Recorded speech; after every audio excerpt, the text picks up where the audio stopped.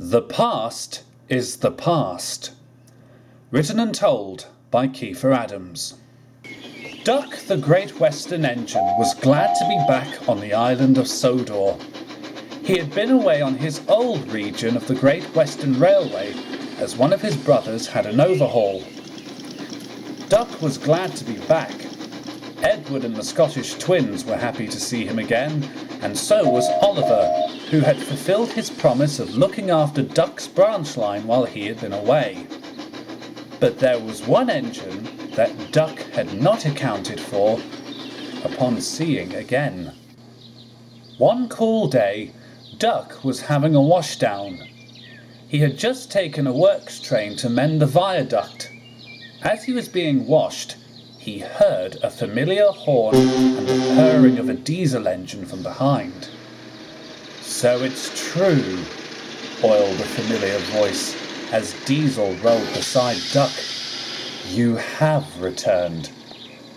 "What on earth are you doing here?" came the sharp reply.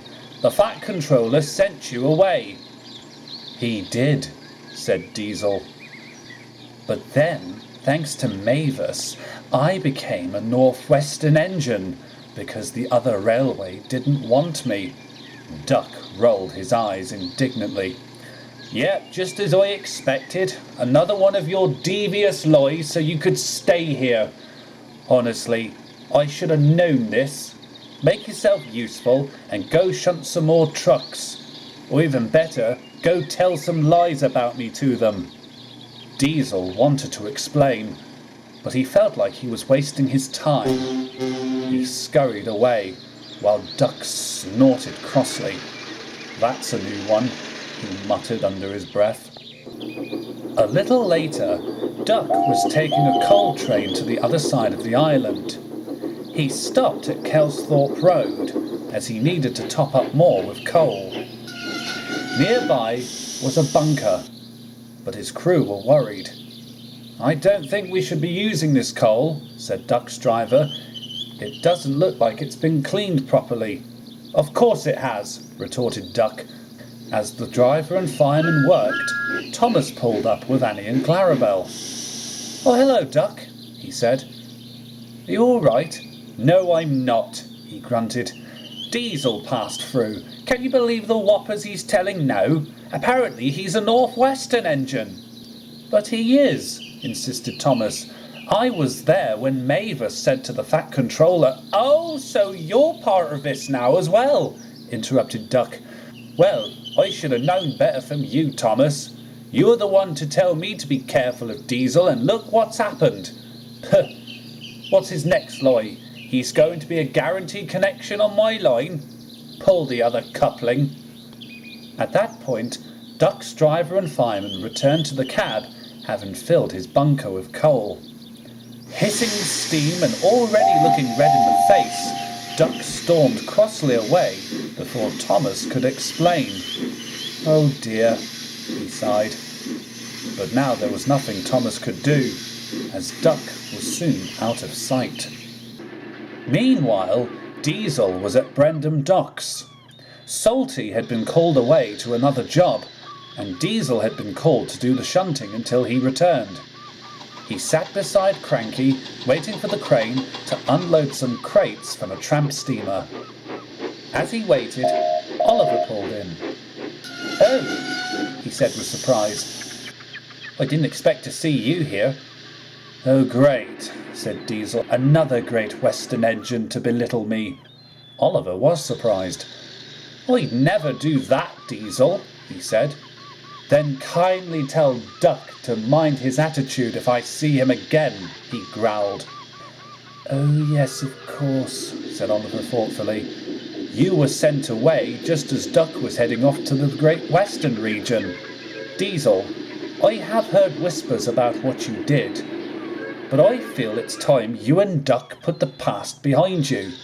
It's not healthy for an engine to carry a grudge, you know." "And why should I?" oiled Diesel. "What's in it for me?" "You'll feel like a lot of weight's been lifted off your buffers," reassured Oliver. "I'm sure if I ever saw Duck, I'd tell him the same."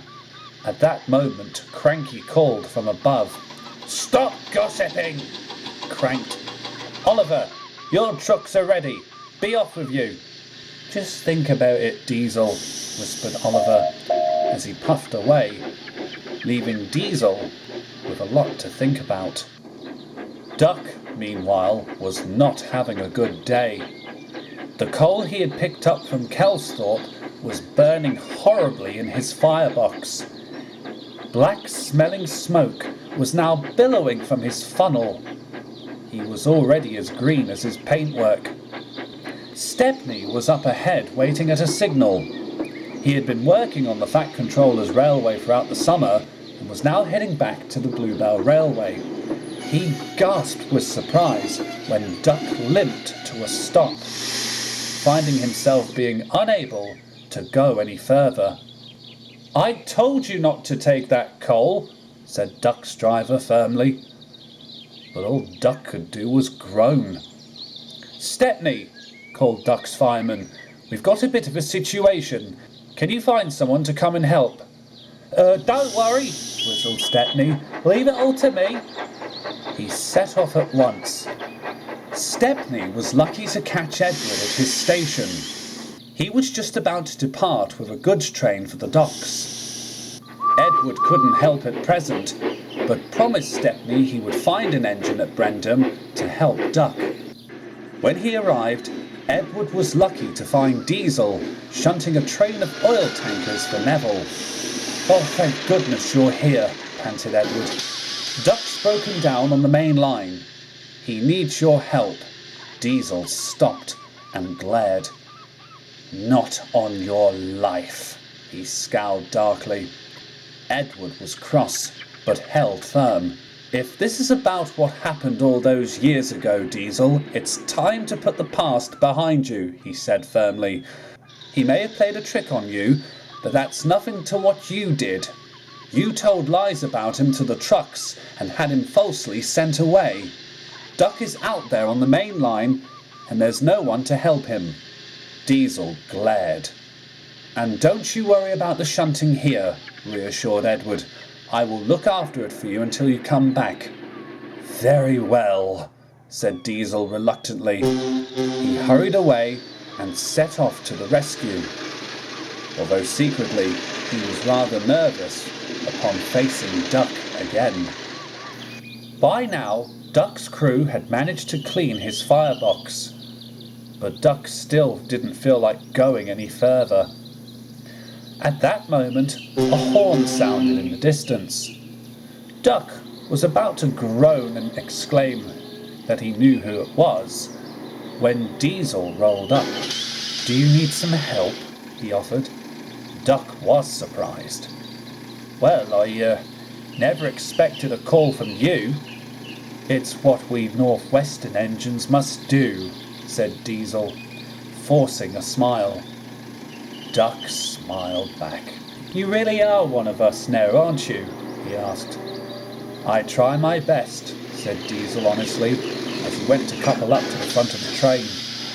"If it wasn't for Mavis, you'd be scrapped on the other railway," finished Duck, realizing that for once Diesel was telling the truth. "I'm sorry, Diesel. I didn't mean to be so rude." "That's all right.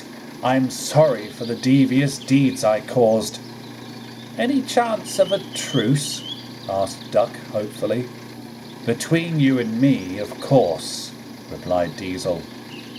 "Don't tell the others. It might spoil my image." Duck chuckled in agreement as Diesel took him and his train for the rest of the way. As Diesel pulled Duck towards the end of the line, he smiled to himself. Oliver was right, he thought. It feels good to have some weight taken off my buffers. And Duck thought exactly the same thing.